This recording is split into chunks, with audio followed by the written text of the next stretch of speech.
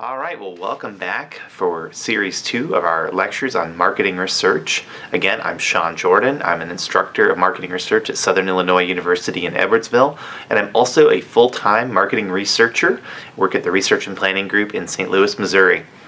And I'm going to give you a warning as we get this series started that you are about to embark on a long series of videos this week about some of the foundational principles of what marketing research is. And I would say this series is probably the most important of any of the series that we're going to do in terms of helping you to understand what marketing research is really about and how you can properly conduct a project.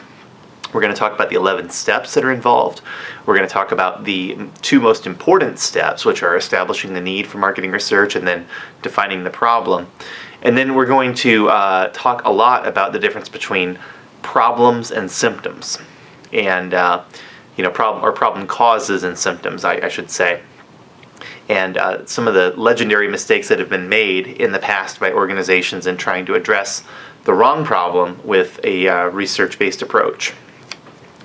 So before I begin any of that, I want to talk to you all a little bit about chocolate. Now, I'm a big fan of chocolate. Actually, Milton Hershey is one of my personal heroes. He's a guy with a third grade education that went on to start a candy empire. And not that I devalue education or anything like that, but I just think it's remarkable what he was able to do with his life. And then even to give his legacy, when Milton Hershey died, he gave his legacy to an orphanage who continues to manage his brand to the day. So even though there was a lot of money to be made in the milk chocolate industry, the Hershey company still goes on to benefit people that need help, which I think is tremendous. So chocolate is something that's near and dear to my heart. And I was really excited a few years ago when I started reading reports in the media that chocolate might actually be good for me, because it's one of those things I consider an indulgence and I enjoy eating it, but I've rarely been under the illusion that it's good for me. So what I was reading was that there had been a scientific study that had been conducted, and they had found that eating a certain amount of chocolate every day gave you access to these chemicals that were called flavonols, and flavonols are really good for you. They help to reduce things like diabetes and heart disease and things like that, and chocolate is rich in those things, and therefore we should all eat more chocolate. Well, unfortunately, before I could go and book my trip to Hershey, Pennsylvania for a chocolate binge, I found out that there was a little bit more to the story than what was being reported.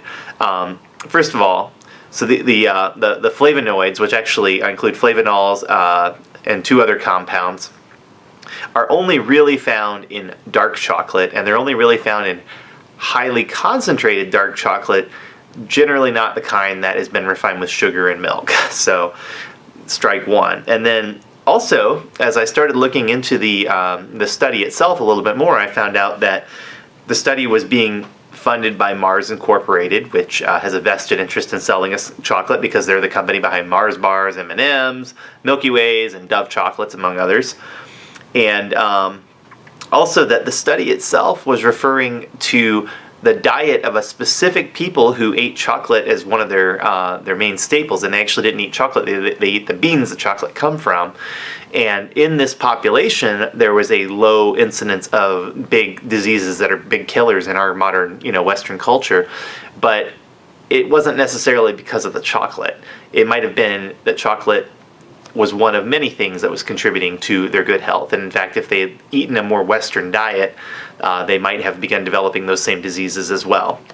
So this led me to think a little bit about the difference between what a researcher thinks about things, what a client organization thinks about things, and what consumers think about things. So researchers, we're concerned with truth, okay? We like to go out and we like to find the truth or as close to the truth as we can using good research methods. So researchers would say, okay, there's a culture in Panama where there's people that consume diets rich in flavonols that are derived from cacao, and they tend to have lower incidences of the big four diseases, which are cancer, high blood pressure, heart disease, and strokes. So let's look and see if there's any evidence in the idea that a diet rich in those high flavonol chocolates can help to lower the likelihood of contracting one of those diseases. In other words, we're going to look and see if you eat some chocolate, if maybe we can lower the incidence of those big four diseases. And that's as much as a researcher would ever want to commit to. Now, a client organization like Mars Incorporated might say, we've got this unhealthy image associated with our product, and we really want to shed that image. So, maybe we can find some way to take that research that you're talking about and to position it in such a way that it makes it sound like chocolate is a healthy food to eat. And therefore we can kind of shed that unhealthy image and people won't feel so bad about eating it. Well, consumers, they have an even looser agenda. They're going to say something like, we really like sweetened chocolate, especially when it comes in cakes and cookies and candy and beverages. So maybe there's some way you can tell us that chocolate's good for us so we can have it in our diets and not have to worry about the adverse health effects. We can feel like it's a good indulgence, not a bad indulgence. Well, when we're thinking about research, we really need to think about the agenda behind what we're trying to do, but we also, even more deeply than that, need to think about the problem that we're trying to solve. So in the example that I just gave, a researcher is really trying to look for something that is real and that's actionable and that can be supported by data. And an organization sponsoring that research might be looking for something a little bit different. They might be looking for something that meets different objectives than research can really deliver. And of course, the people that are just hearing about research, maybe the end users or the consumers, they may have a different agenda still, and they may not be that interested in what a researcher is going to try to provide. So we need to find some way to ensure that when we are conducting a research project that we understand what a researcher's agenda should look like, what a researcher really would want to deliver, and how to appropriately manage the expectations of clients and consumers and end users about what research can offer. We don't want people thinking that we can conduct research that can tell them that something that they really enjoy but that's bad for them is good for them.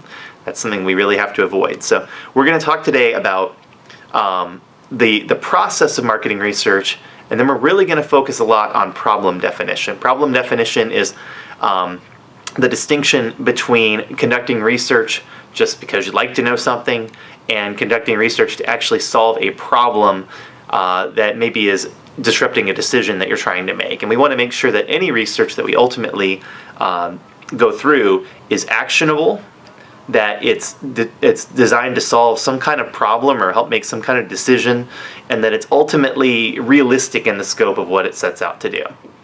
So with that said, enjoy the lecture series.